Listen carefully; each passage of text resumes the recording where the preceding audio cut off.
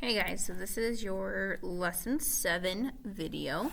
If you were watching this, make sure you are actually listening to what we're doing because this one's a little bit different, probably a little bit harder than what we've been doing. Don't just mute me and just copy things down. Actually listen and follow along and make sure all of this information gets written down into your copy of the notes. So let's get started with this section. This is called equivalent fractions. Well, what are equivalent fractions? Well, look at our power concept. It says that they are fractions that have the same magnitude. Now that's kind of a weird word. We don't usually use the word magnitude a lot. More often, you'll hear that equivalent fractions are the same size. So right now, using your pencil, let's underline that because that's pretty important. Equivalent fractions are the same size. Well, equivalent fractions, that seems kind of weird. They can be the same size, but maybe the numbers look different because not all fractions have the same exact numbers, but they can still represent the same amount. It's like I have a candy bar or two different candy bars and I split one up into thirds, but then I split another one up into sixths because I had more friends I wanted to share with. Well, we can still split things up and share maybe with just one friend the same amount of candy even though I have a different amount of pieces to start with. So let's start just visually seeing this on a number line. Let's compare 1/2, 2/4, and 4/8. Now we've done this a lot, and this will probably be one of the last times we use the number line to color in fractions. Because after this, we're going to move into how to use multiplication to create different fractions. But not yet. That's example 2. So let's start with example 1. Notice our fraction bottom, so the denominator, is a 2. This means we split our number line into 2 total parts. The top number of our fraction is a 1. This means with our pencils right now, we are going to color in one section out of the 2. So let's do that now. We're going to use our pencils. We're coloring in or shading in one of our 2 sections. And you see we stopped right here at this red dot, which is representing our fraction 1/2. Good. Now let's do it again, but for 2/4. Now this fraction looks different, right? So we have a different amount of sections on our number line because the denominator, which is your bottom, is a different number. So this time our number line is split into 4 sections. You can see 1, 2, 3, 4. And the top number is 2. So this means we need to shade 2 of our 4 sections. Let's do that now. Here's 1, 2. And again, we're stopping at 2/4 because that's the fraction we have in our problem. What are you noticing right now with the amount that we are coloring in just out of these 2 fractions? Take a moment just to think about that. Now we might notice something really important, but I don't want to say it out loud until we finish our last fraction. We have 4/8. Again, the bottom or your denominator is a different number than the other fraction, so we have to split this number line into a different amount of sections. So this time we have 8 sections because our denominator is 8. 1, 2, 3, 4, 5, 6, 7, 8. The top number of the numerator is a 4. That means we need to color in 4 of our 8 sections. So here's 1, 2, 3, and 4. Okay, I asked you to think about what is something that you noticed so far in our problem. Well, look at all that we have shaded. We have 3 different fractions, but yet they each got shaded the same amount. Not the same number of sections, but the overall amount that we colored in. Neither fraction got colored less or more. They got colored in equal amount. What this means is that these fractions, 1/2, 2/4, and 4/8, are called equivalent because they are the same size, or they were shaded in the same amount. So even though they all look different, they are actually representing the same size. Now we can prove that two fractions are equivalent, or that they are the same size, by using multiplication instead of drawing out number lines. So let's make sure we all have our multiplication charts out in case we need them. We have 4 questions here on example 2.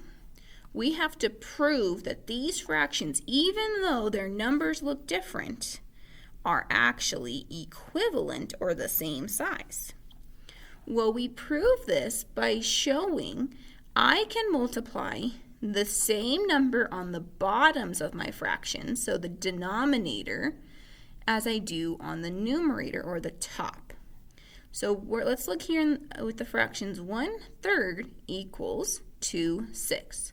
Well, let's prove that if I start with the smaller denominator, 3, and I draw this loop pointing to my 6, I have to prove that I multiply some number by 3 to get to 6, and that's the same number I would then have to multiply 1 by to get to 2. So if you're not sure, we can use our multiplication charts. And here, let me pause for a minute and show you how to do that. Okay, so I have my multiplication chart up and ready to go. So let's look at 3 to 6. So that means, let me jump over here. To use my multiplication chart, if I'm not sure, what I'm doing is starting at 3 and I'm trying to get to 6. So you have to think 3 times what number, so you can just look off to the left-hand side of 6 and see what's that gray number that got you there. Now if I follow it over, that would be 2. But another way you can think about it is starting at this grayed out 3, how many jumps does it take you to get to 6? And that's 1, 2. So really it's 3 times 2 is 6. So let me go back over to our notes and actually write that out. 3 times 2 is 6. So this arrow is telling us where we're starting, which is 3. Inside is what we multiply by. The arrow it's pointing at, that number is our answer. Well, we need to prove that if I multiply the bottom by 2, I have to multiply the top by 2. So if I start at the small number 1 and I get to 2, let me just use my multiplication chart to be clear. I'm at 1 trying to get to 2. You have to think 1 times what number is 2? Or how many jumps does it take you to get to 2? 1, 2 jumps. Going back to our notes, that means 1 times 2 is 2. So I have the same number being multiplied top and bottom.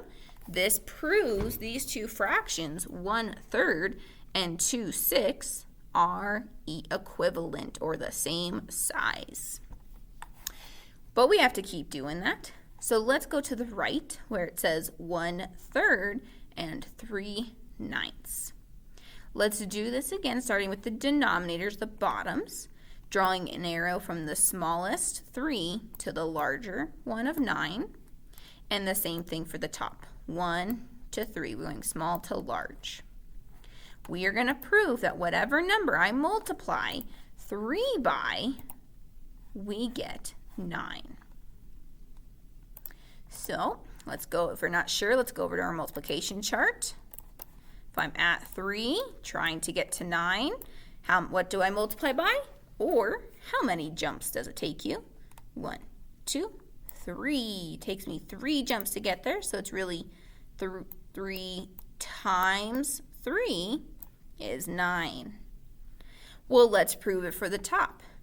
If I'm starting at 1 and I'm ending at 3, let's see if we can do this without our charts. Think about 1 times what is 3?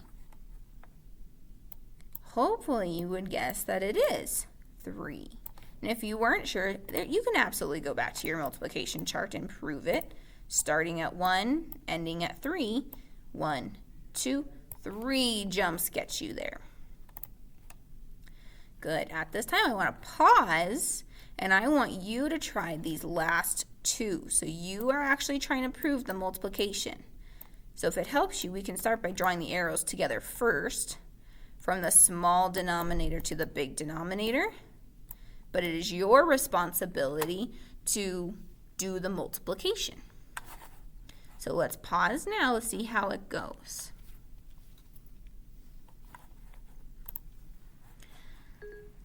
Good. Okay, let's see how well you did this part. Now, if you got stuck or you made a mistake, that's okay. You just fix it. On the fraction that says 2/5 equals 4/10, starting at 5 and ending at 10, you had to think 5 times what was 10? And if you used your multiplication chart, you would have found that it's a 2. 5 times 2 is 10. But you have to prove the top as well.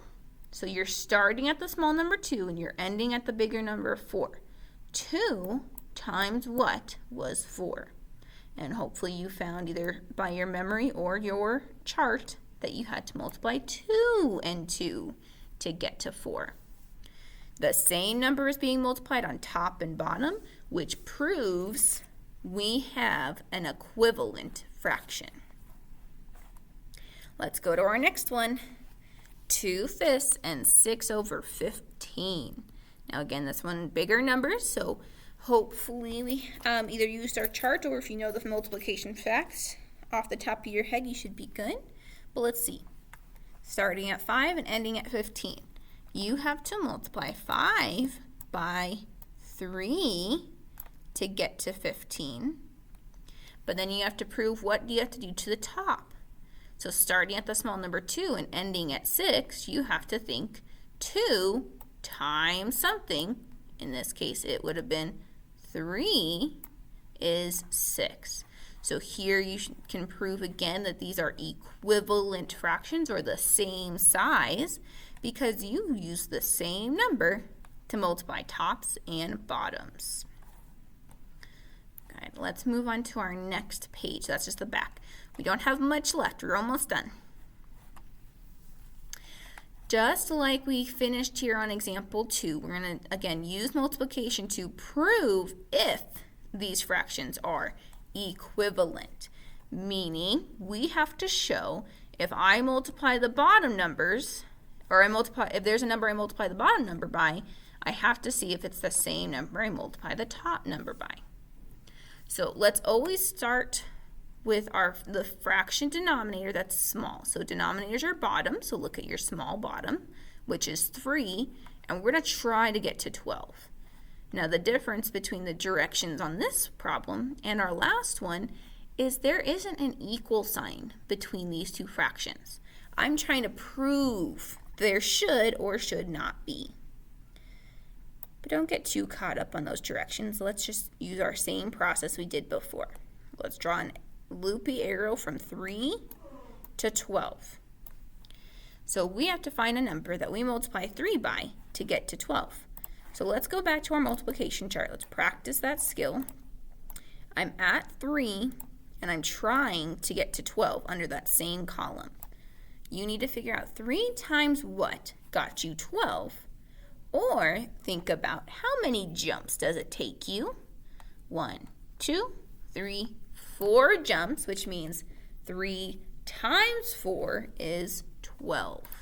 So if we go here to our multiplication loop, we say 3 times 4 is 12.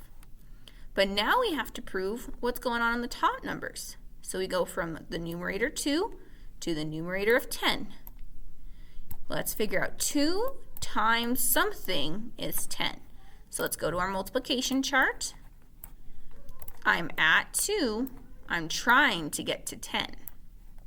So let's see, either you might know 2 times some number is 10, or you can count your jumps. It's the same thing.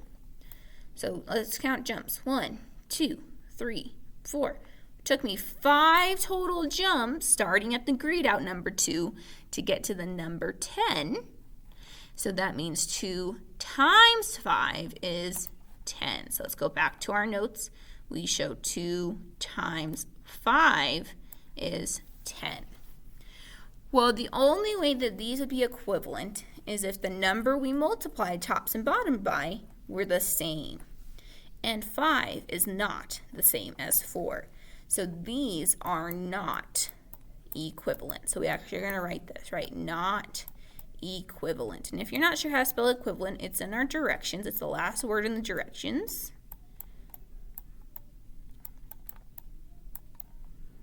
Good. Only one more. 3/8 compared to 15 over 40. So let's start by drawing our loops from the small denominator to the large denominator and the small numerator back to the large numerator. I want you to pause the video and I want you to try this one. Try to figure out what are you having to multiply the tops and bottoms by. Then unpause to check your answer. Okay, let's see how you did. So we're starting at 8 and we're trying to get to 40. So you had to figure out 8 times something is 40. And if you use your multiplication chart, this means you're starting at 8, you're trying to end at 40. If it's easier for you to count the jumps, count your jumps.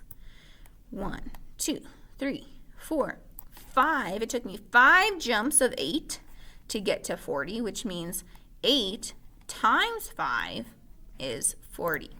So hopefully you figured that part out, and if you didn't, no worries, just fill it in now or correct it.